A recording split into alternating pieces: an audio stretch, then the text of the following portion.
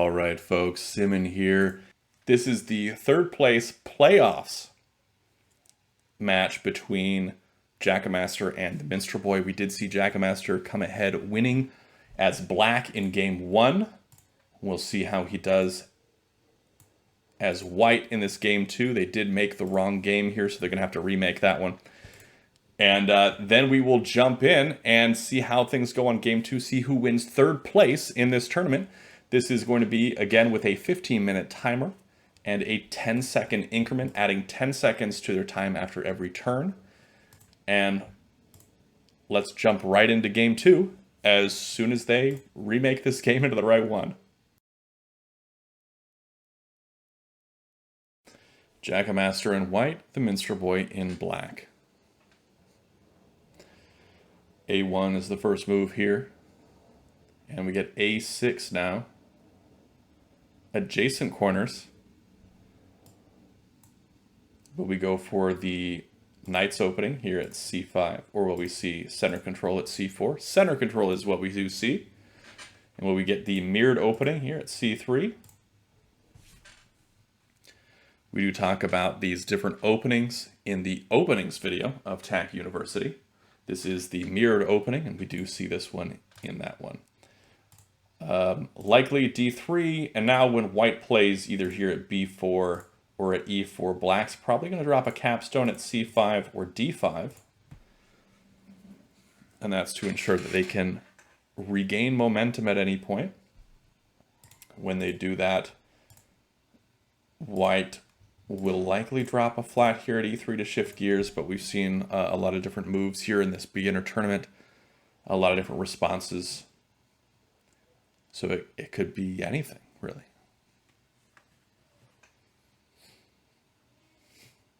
Instead, we see black drop a capstone at B4, really breaking with tradition here by dropping that there. White able to build now over here at C5, kind of try and make this connection over here to the side. Go for this horizontal threat that way.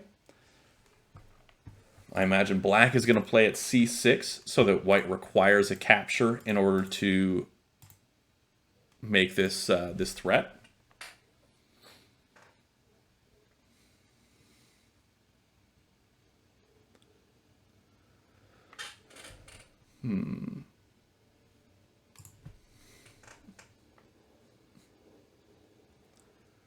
Black taking his time here in this game.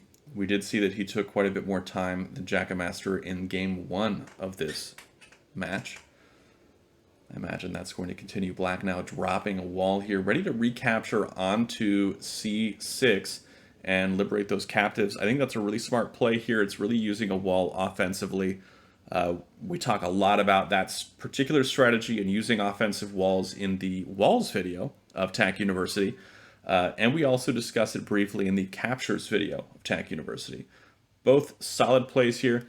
This capstone dropped at D6 is really interesting. It doesn't follow a lot of the guidelines that we talk about, again, in a TAC University video called Capstones. We talk about where best to place a capstone there, and this doesn't follow a lot of those guidelines. But I think it works because we're expecting this wall to come up onto C6 at some point. Like that's practically a guarantee at this point. And if that were to happen, white can smash it and continue on with their threat. But currently white is making attack threat. Black has to stop, does capture upwards with it instead. This is where I think we're likely to see another wall placed at A6, and sure enough, we do. And now white should shift gears. I was going to say white should shift gears and play down here at E3. Stop black from going for this horizontal line and also go for their own vertical. I think that's where we need to be here. If I'm white, that's what needs to happen. White now giving black this big stack full of black flats, able to liberate all those captives. Renewing the attack threat, sure, but really, really letting his opponent have this big, juicy stack. And I can't help but feel like that is a bit of a blunder here.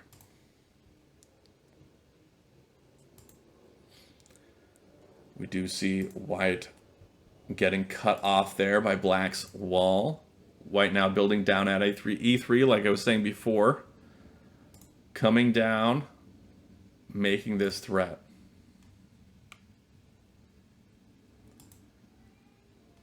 And white making that capture.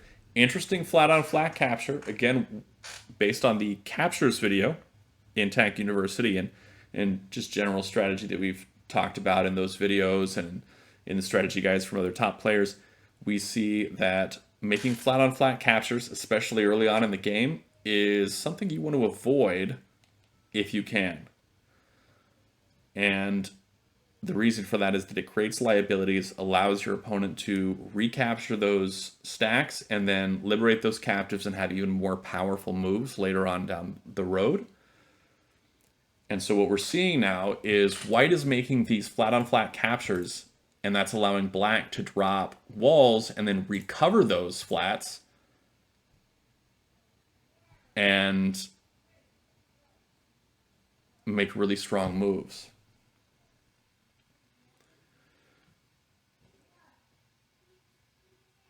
White now capturing down. Not sure why white's doing that. Maybe trying to force that sort of capture. I think if I am black here, I want to be dropping probably at A3. No, we're going to open that up. That's going to allow white to drop a wall at D3 and threaten the E3 stack and ruin your whole road threat, but I guess that's not happening. I'm very confused by a lot of the moves that are being played here.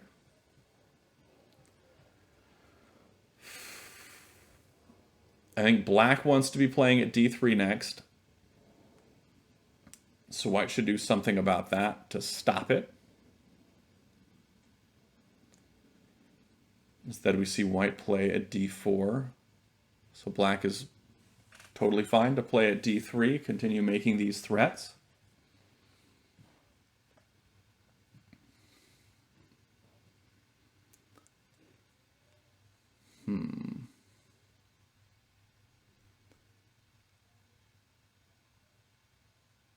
White dropping the wall there. I guess white wants to be able to recover whatever's on left behind on E3 when black moves that wall.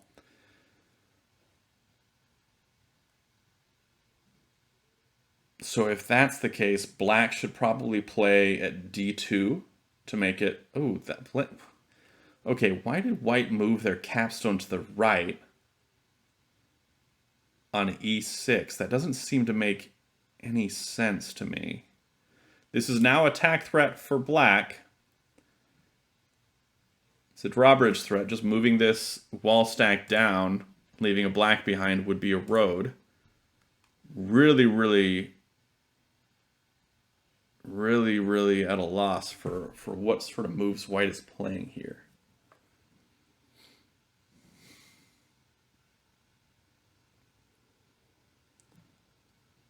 All right, we see white capture down. Will we see black play at F2? That would be attack threat as well, the one that a lot of beginner players wouldn't see. So I could see that being missed.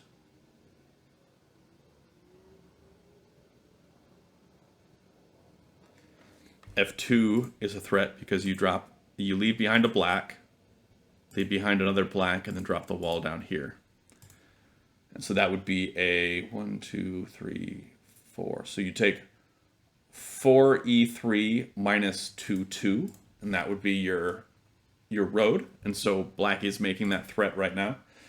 If you're confused about what that means, that is playtech notation, or PTN. We discussed that in the playtech notation video of TAC University, and that's right here off the left. All the notation for what kind of moves people are making and how we record these games.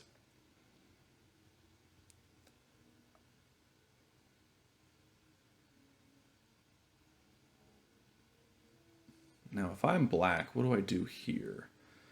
Do I play at F1? Do I play at E2?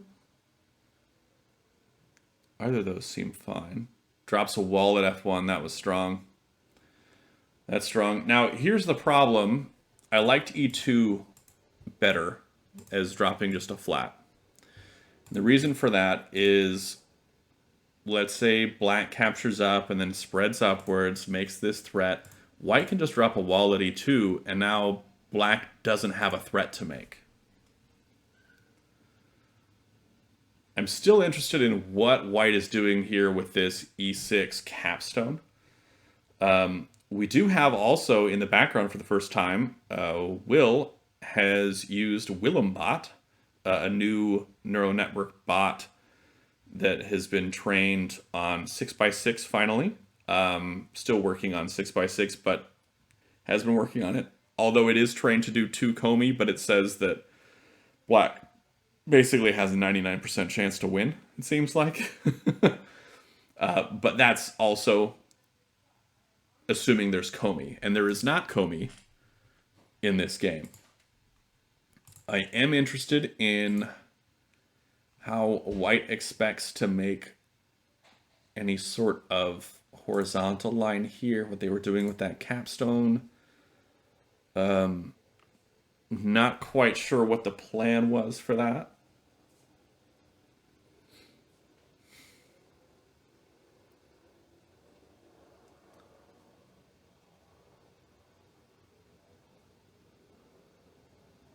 Now we see another wall drop.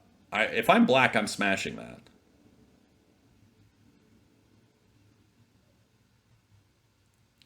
I think that's got to be the play here. Smash that wall.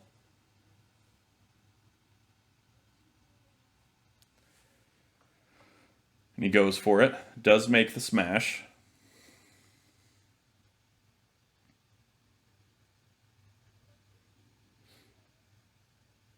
So interesting to see such dominant play from 2 separate players, both as black in this match. Jakkamaster first played pretty strongly there at the end. Actually, it was pretty back and forth for pretty much that whole first game. But black did end up winning. And it looks like black is going to win this one. But again, different player. And so it definitely changes things. Black likely going to smash. Does go for the smash. As expected. Now, at this point, I'm starting to like black moving this wall stack to the left instead of up. I think wall stack left is nice. So from here, yeah, spreads out the capstone. If white comes down, black recaptures. White doesn't come down, white comes left. Black didn't need to capture that. Now white can drop a wall here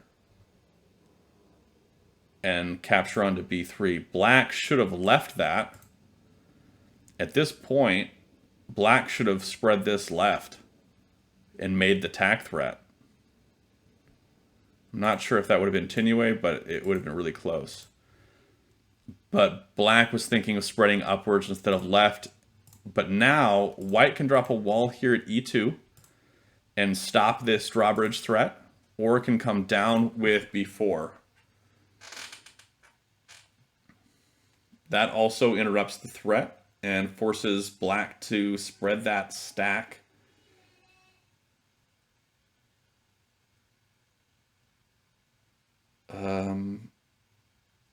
I think if I'm black, I want to play at e2. So I can then move this left and then try to move it down for the road threat.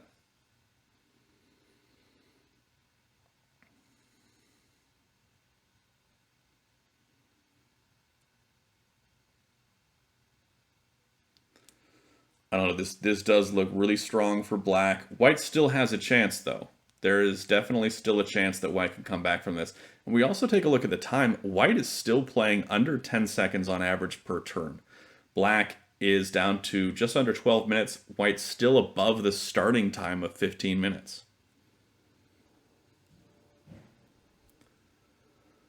White seems to be really, really set on making this some sort of threat in the vertical direction, potentially.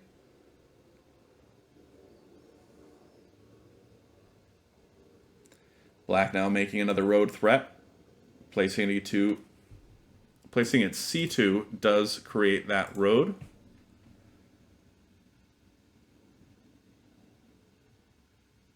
This is where I think we're going to see Black just drop a flat at D3.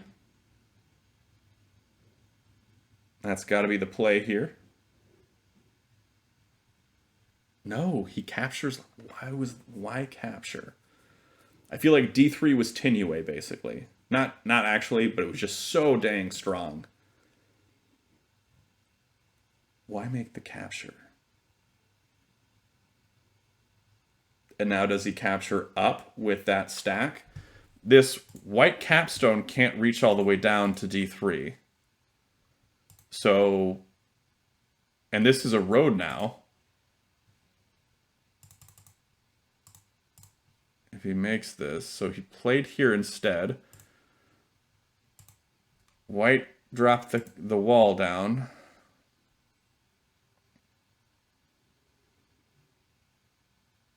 Now it's... Why not spread left? If you spread left, that was a road. That was a win. If you spread this left now, you win. In the past couple turns too. So like here, okay, now that white did that, if black spreads this left, or even just drops a flat, no, not if he drops flat, but if he spreads it left, that's Tinue. Left, left, yeah, boom, boom. So 3D, 2 left, 1, 2, that would have been Tinue, because then he could have come left or dropped.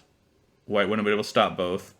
Now that this has happened, that capstone stack has come left, black can still make that move and it's still Tinue, or black can now spread this stack down or just place it A3, and that's also Tinue.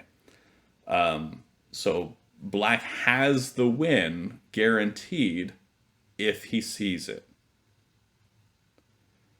I feel like basically every move wins here, as long as he connects it to this. Okay, he did make the winning move. One of the many winning moves.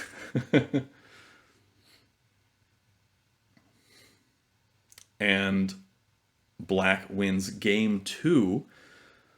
What this means is, if they want to determine who takes third place, we'll have to do blitz playoff matches, which means they will have to play sets of 2 games where they play just this exact same game, 6x6, all the same rules, except the time is 3 minutes on the clock with a 5-second increment. A lot different. Now, that seems to be, based on the play time that we have from Jakkamaster in both of these games, is that he's been playing significantly quicker than the Minstrel Boy. Now, whether or not that quickness will help him out in the blitz is hard to say, because we did see that his quickness potentially caused him to miss out on some good moves in this game and get stuck in Tinue. Or they may decide just not to play those playoff games and somebody will resign or something like that. Who knows? I guess we'll find out. Now, black wins just by placing at D3. Wins with a road. Congratulations to the Minstrel Boy for winning game 2 of this third place playoff match. All right, so we are not going to be doing the blitz matches today. We'll reschedule for another time to figure out who gets third place, and then we'll do those at a future time. But for now, thanks everybody for watching. Be sure to check out the description below for all things TAC, especially the TAC Discord server, which is where you can find all sorts of TAC resources like strategy guides and people to play with, whether that be online at playtac.com, like these tournament games, or in the Discord itself, playing asynchronous or correspondence games, playing just one move a day if you want to. Yeah, it's a great way to get in some TAC if you have very limited time. That is all for today. Thanks for watching, and until next time, have a great day and happy tacking.